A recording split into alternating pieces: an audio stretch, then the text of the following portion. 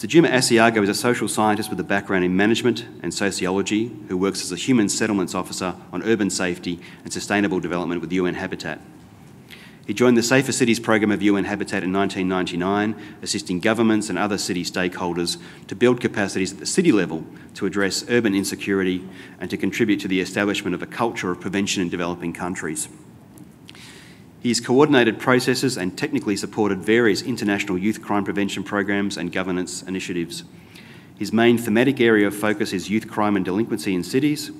Mr. Assiago has also participated and presented papers in several international conferences on youth and child empowerment. He's currently involved in developing the Global Network on Safer Cities as part of the strategic planning process of the Safer Cities program, an element of which is defining the key role of the police in urban development. Mr. Assiago is also currently pursuing a postgrad degree in sustainable urban development at Oxford University. Please join me in welcoming Juma Assiago.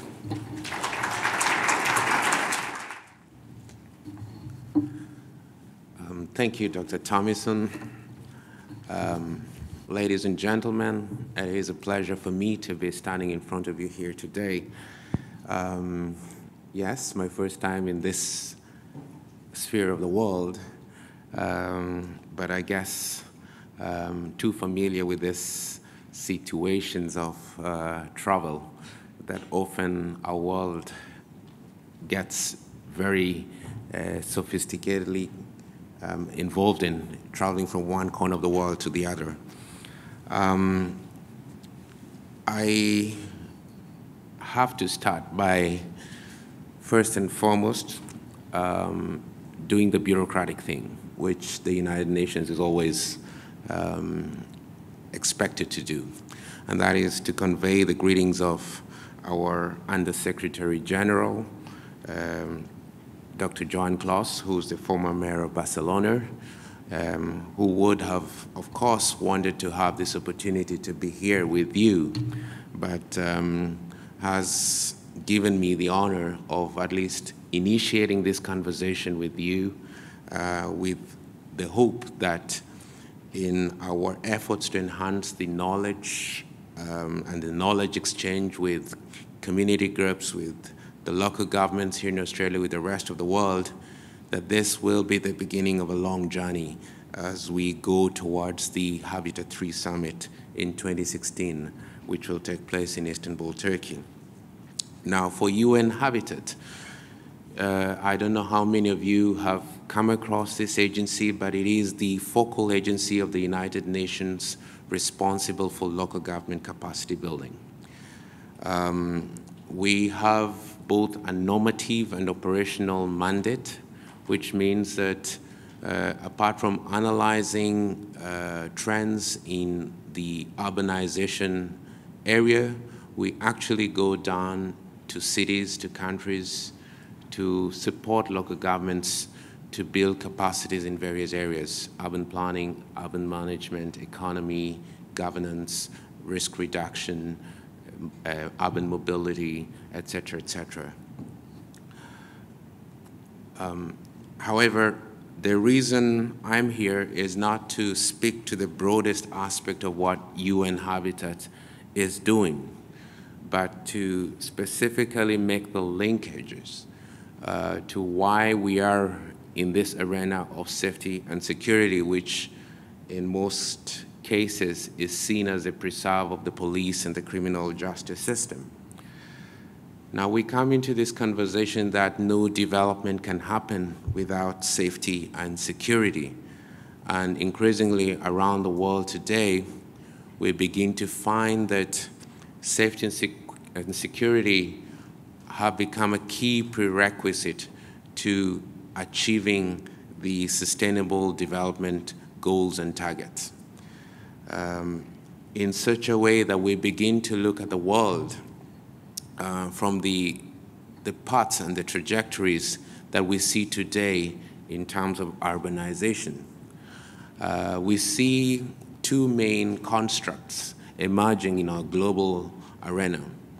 We have those cities and those countries that pursue development more from the global city approach, which more or less looks at the financial flows, that emerged around the globalization phenomena. Yet we have also other cities and countries around the world struggling with the whole arena of poverty and poverty reduction, and see their world from the perspective of the world being a planet of slums. These two books by Saskia Sassens and by Mike Davis summarize these two thinkings in a world that is attempting to achieve what we call the sustainable urban development, but looking at their perspectives from totally different lenses. Now, last year we got to hear about the world achieving a population figure of 7 billion. 5 years ago, we got also to understand that for the first time in the world was more urban than rural. And this has a significant impact in the way we see phenomena such as crime and violence in our communities, the way we see the constructs of local and global governance, the way we begin to look at those social units within our society, be it the family, the school, the home, and the way the neighborhood begins to become increasingly significant for especially the young people in the way they get socialized, in the way they enhance their values of citizenship in our countries today. What is more important for us to understand is that with the way our cities are getting more and more constructed, there is an increasing phenomenon of inner cities, favelas, barrios, slums, townships, just by the construct of those cities, which means that we now need to begin to pay more attention to the city planning, the city management, and to the city governance, and how those actually impact in the way we experience life and the quality of life in our neighborhoods. This is the kind of realities that we begin to see more and more happening in cities, not only in the global south, but also in the global north, where you have, alongside central business districts, a growth of the slum phenomenon. This is a consequence of the way we plan our cities. This is the city of Rio, for example, where you have a situation of a beautiful neighborhood besides a favela. And all this has an impact in the way we see society, in the way people in cities see society. And a very important element for us to begin to think and ponder about when looking at the causation of crime and violence. In our world today, it's quite clear that the context of crime and violence have been underpinned by bad urban management practices. Observers generally around the world agree that there are a number of trends that are impacting on the rates of crime and violence today. And this is seen more by the continued growth in the urbanization and the widening gap between the rich and the poor, and the haves and the have-nots. In addition, in both the north and the south, unlike what I see in the Australian context where crime rates are dropping, here around the world, we find that there is a multifold increase in crime and violence over the last 40 years. And it's adding to the deleterious effects of exclusion and the deteriorating quality of life, the degradation of neighborhoods and public spaces. Our crime surveys show that what the police report in terms of crime and violence around the world only accounts in many cases for 25% of the whole picture. That also speaks to context of why is that so? What does it say about the confidence and trust of communities in the policing institution? We also have seen an upsurge, an exponential increase in youth crime and violence around the world, but often met with the problematic approach to youth crime, as opposed to looking at youth as resources that need to be developed or harnessed. The impact of crime has been, of course, lost investment in the city. There has been urban decay, the movement of businesses off the central business district into other areas of the city. There has been an increasing link between petty and organized crime, which constitutes a fertile territory for the consolidation of deeply rooted crime cultures. We have also seen the damage to civic vitality and the movement of people and residents in city life. More to this, we have seen, of course, the causation of crime being manifold. From the social perspective, you find that social exclusion germinates as a result of long periods of unemployment and marginalization, the dropping out of school or illiteracy, and the lack of socialization within the family.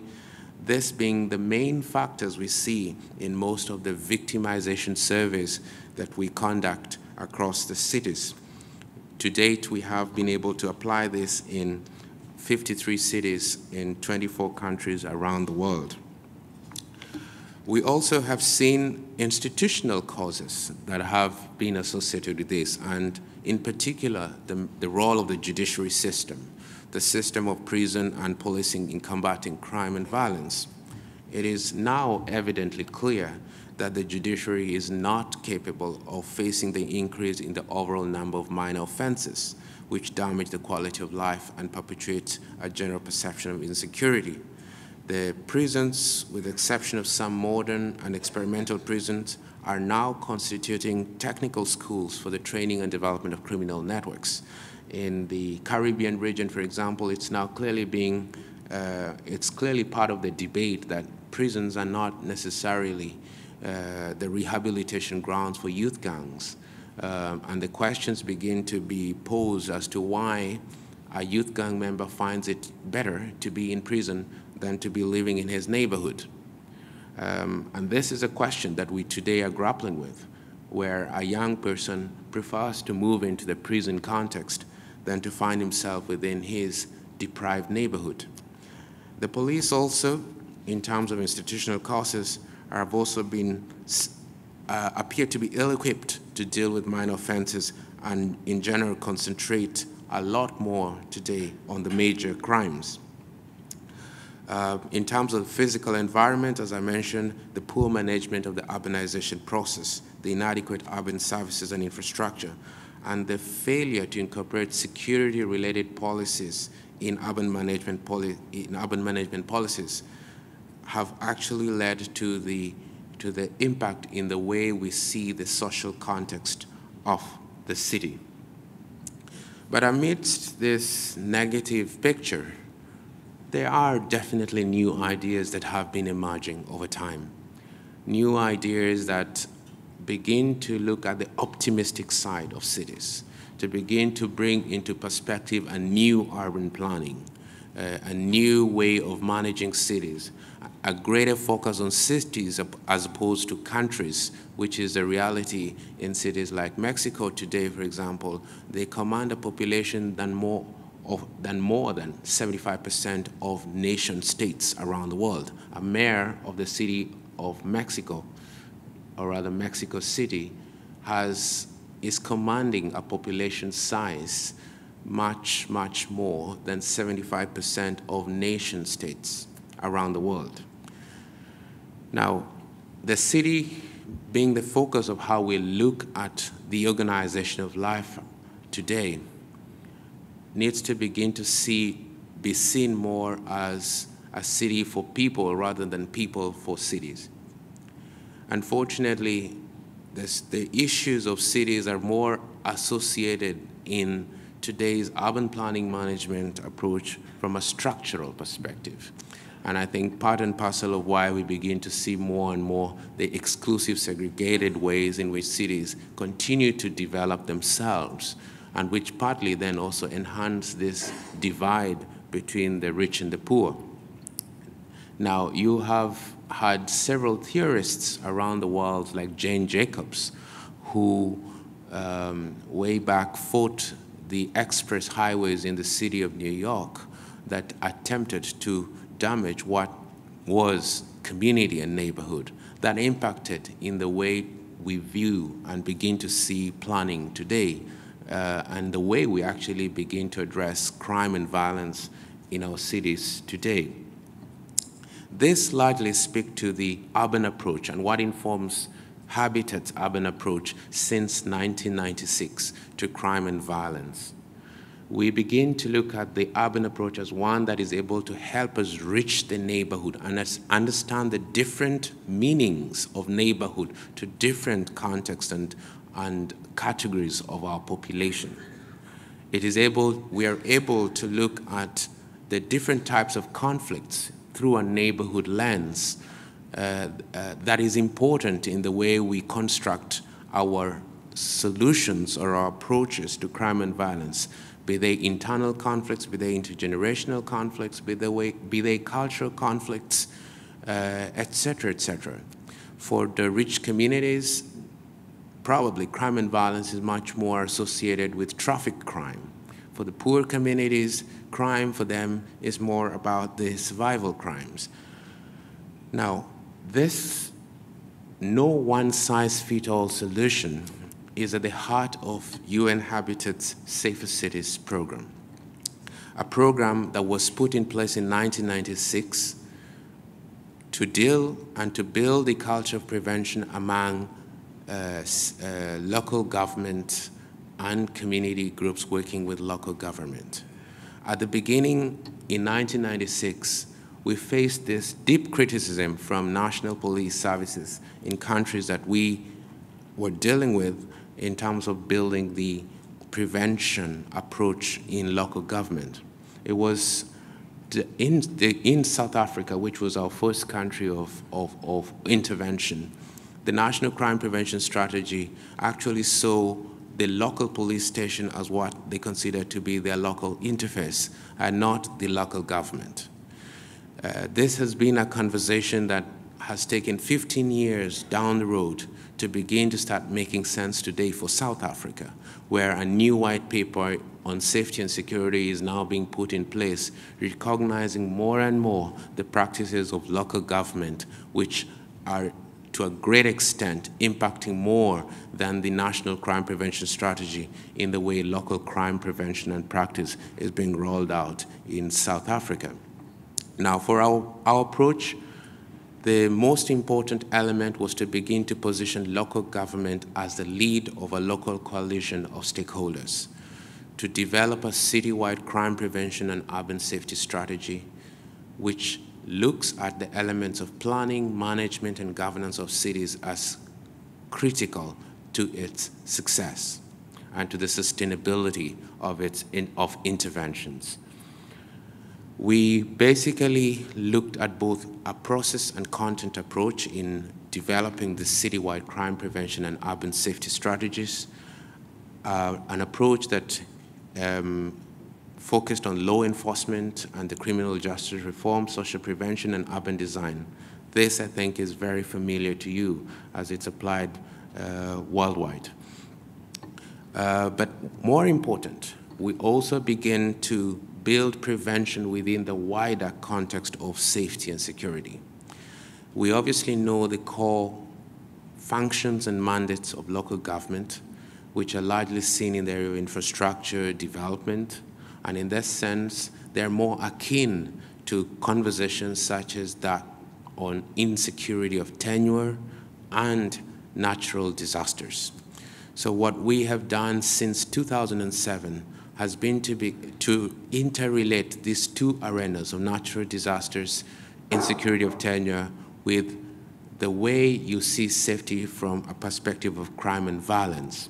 In this sense, we now begin to see cities from the wider perspective of reducing the urban vulnerability to crime and violence, to natural disasters, to insecurity of tenure, where you see crime and violence hotspots, a lot are associated with socially disadvantaged neighborhoods, socially disadvantaged neighborhoods that do not have the adequate provision of basic services.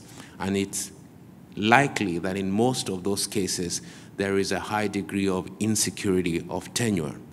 And it's important for us to begin to start making these interlinkages, as they have an impact in the way communities behave, in the way communities live, and the circumstances in which we need to begin to start contextualizing our solutions to crime and violence. From a process approach, as I mentioned, key to this is looking at safety as an issue of better urban governance.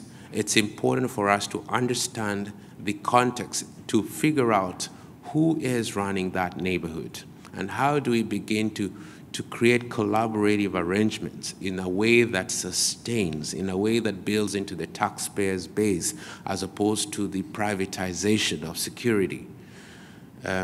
On the basis of this, it is important to have an empirical finding on the causation of crime and violence, and to use that as a source of reference to develop the strategy and action plan around which our implementation mechanisms are developed, and of course a sound monitoring and evaluation mechanism is put in place. For this, we have been able to now begin to network cities across the world based on this approach to understand the different realities of why, by applying the same approach, they are arriving at different results. Different results which infer to the wider city conversation that I did speak to you about, the political realities of the cities, the ways residents in a city begin to see their identity and ownership with what is called city. Now, from the perspective of the different types of outcomes that we have seen happening around the world, we are placing a key light, a key emphasis on the socialization of people within cities, of the idea of citizenship and participation in the way people feel identified with the construct of city.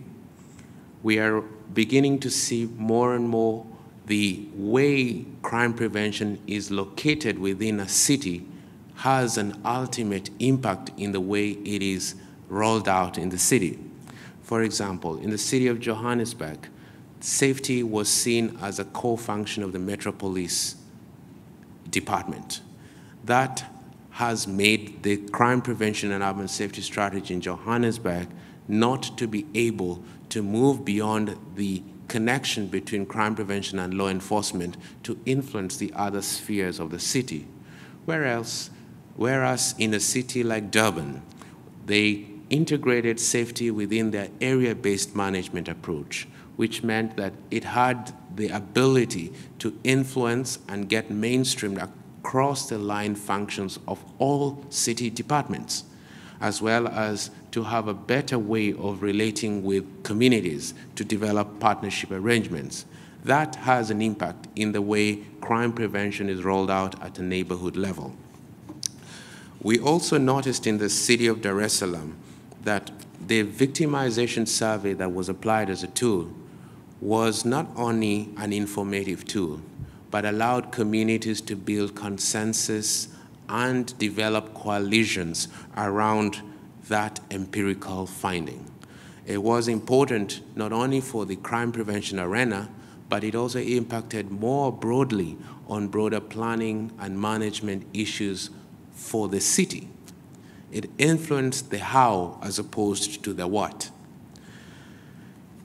We also have seen that in terms of the achievements we have noticed on the ground is the application of the safety appraisal tools, which have also enabled people to overcome emotional reactions to crime and fear of crime by providing an objective set of information on which to base decision making. In terms of community-wide crime prevention planning processes, we have also noticed that the city crime prevention strategies applied in the 53 cities have largely impacted in the way city governance has been rolled out. If we look at the main value of the coalition has been the possibility of creating synergies between activities as well as cross-mobilizing resources. Also important is the consensus that it builds in the political support the crime prevention strategy can mobilize. Also, in terms of the implementation of community-wide crime prevention plans, we have also noticed that the implementation has relied strongly on partnerships and joint resource mobilization.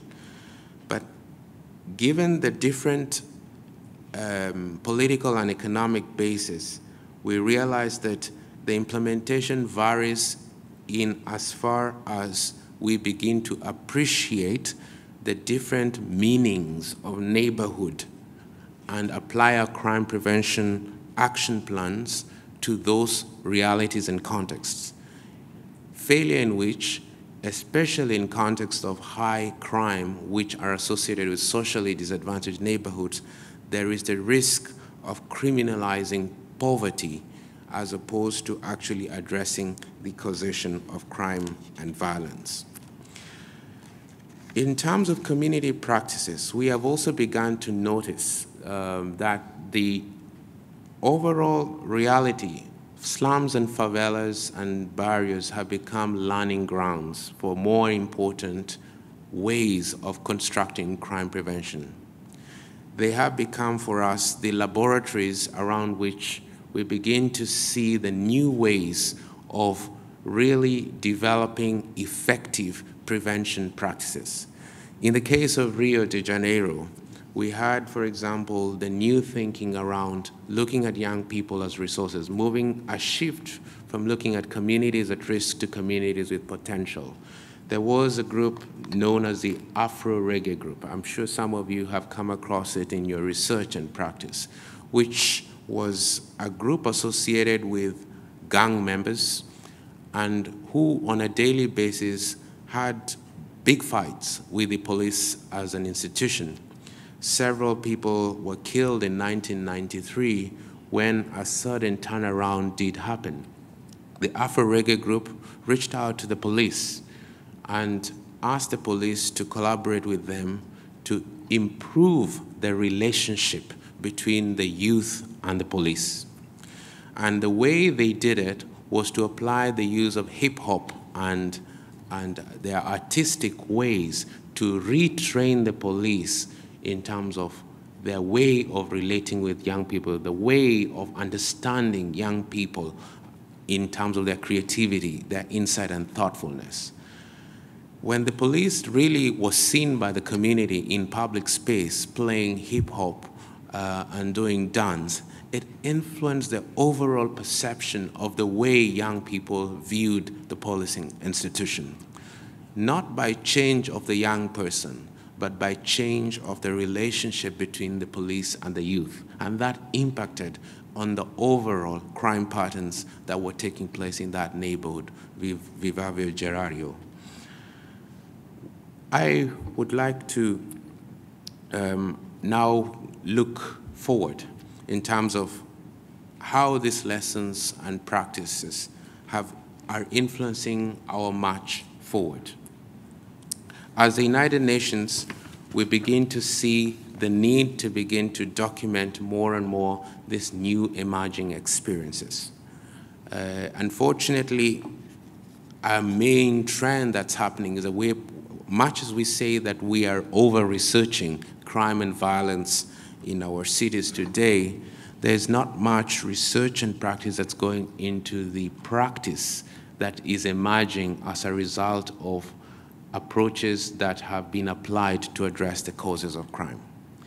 New practices such as the one I have just mentioned to you, where community art has become a way or an effective way of influencing youth gang phenomena in very high crime, violent spots around the world, is largely unresearched.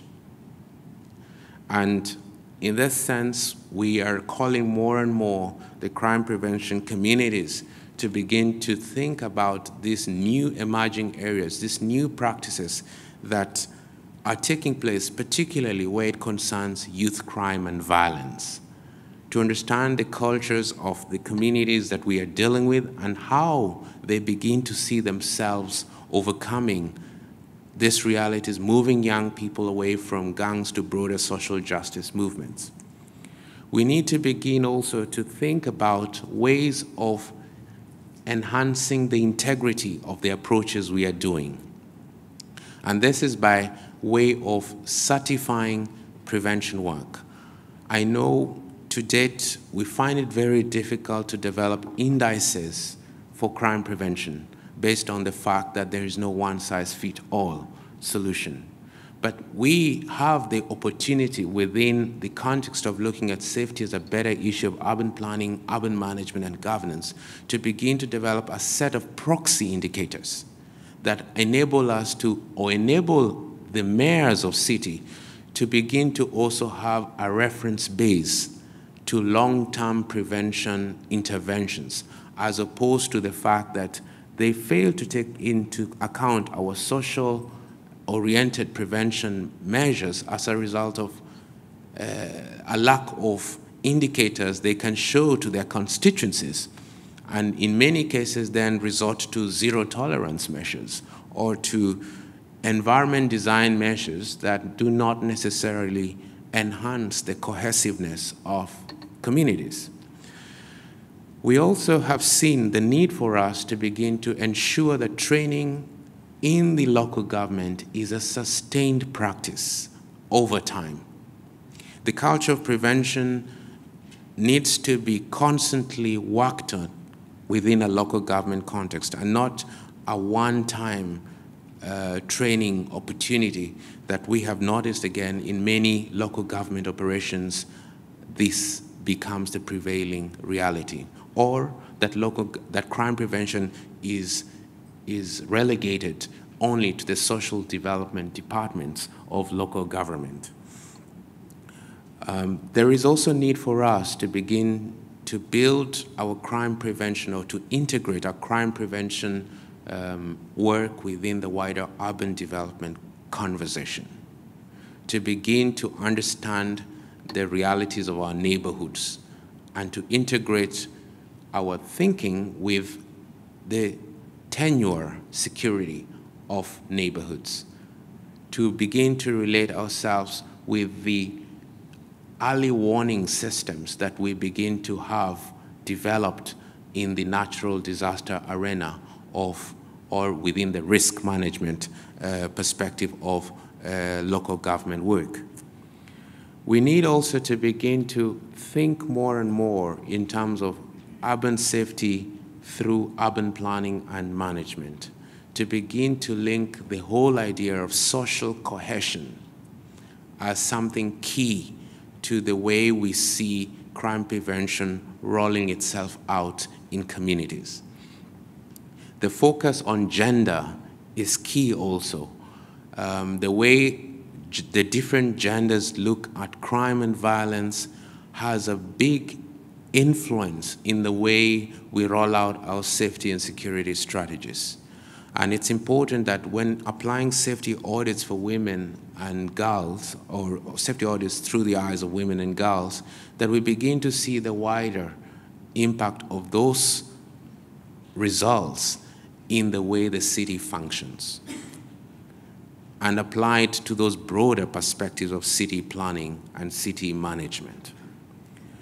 In terms of governance, it's important also to see the linkages between our prevention work with the way citizens begin to identify with the city and own the city, and not just leave it as a function of just local government.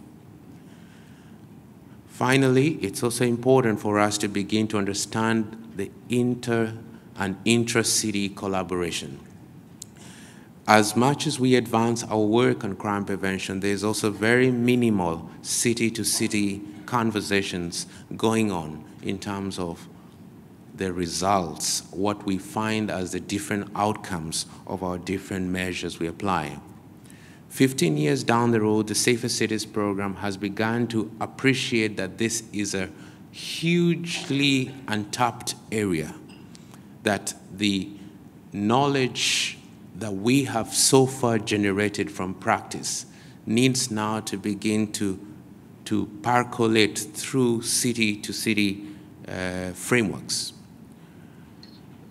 To this end, we have now come across the need for us to look at more global ways of networking and advocacy. And for this reason, in the month of September this year, we will be launching in the city of Naples, Italy, the Global Network on Safer Cities.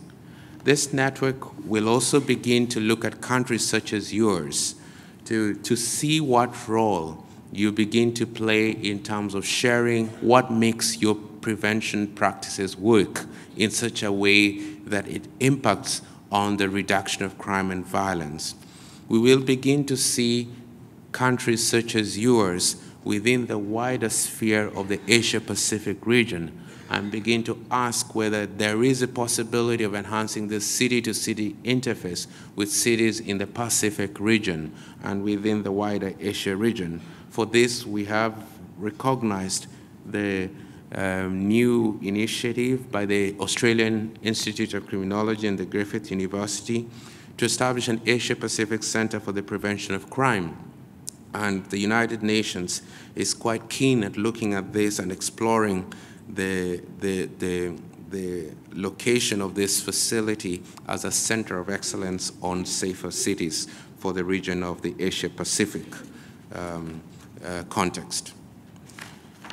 I'd also like to mention to you that we are keen to also identify the knowledge and expertise that you have being tapped more and more into the global conversation on safer cities. The member states accredited to the United Nations, including Australia, gave the mandate to UN Habitat to develop a set of UN guidelines on safer cities. This is going to take place between September 2012 and June 2016. But much of it will have to be drawn or built from the previous set of UN guidelines on crime prevention and criminal justice, which our sister agency, the United Nations Office on Drugs and Crime, helped member states put together. The difference here with the UN guidelines on safer cities is that it is going to speak more to the terminology and language of local government. I can say, for example, crime prevention in many local government contexts are not considered as mandate enough to draw resources from national crime prevention strategies. They prefer to use other quality of life ways, for example, urban tranquility or social cohesion, to pass the message on the values of crime and violence prevention. The Safer Cities Guidelines is going to take into context these emerging realities from practice to empower local governments to play a greater role fundamentally in the prevention context. And we will be welcoming you more and more to join this conversation as we look forward to establishing those UN guidelines on safer cities by the year 2016, when for the first time we will also begin to describe humanity as Homo urbanus and not Homo sapiens. Thank you very much.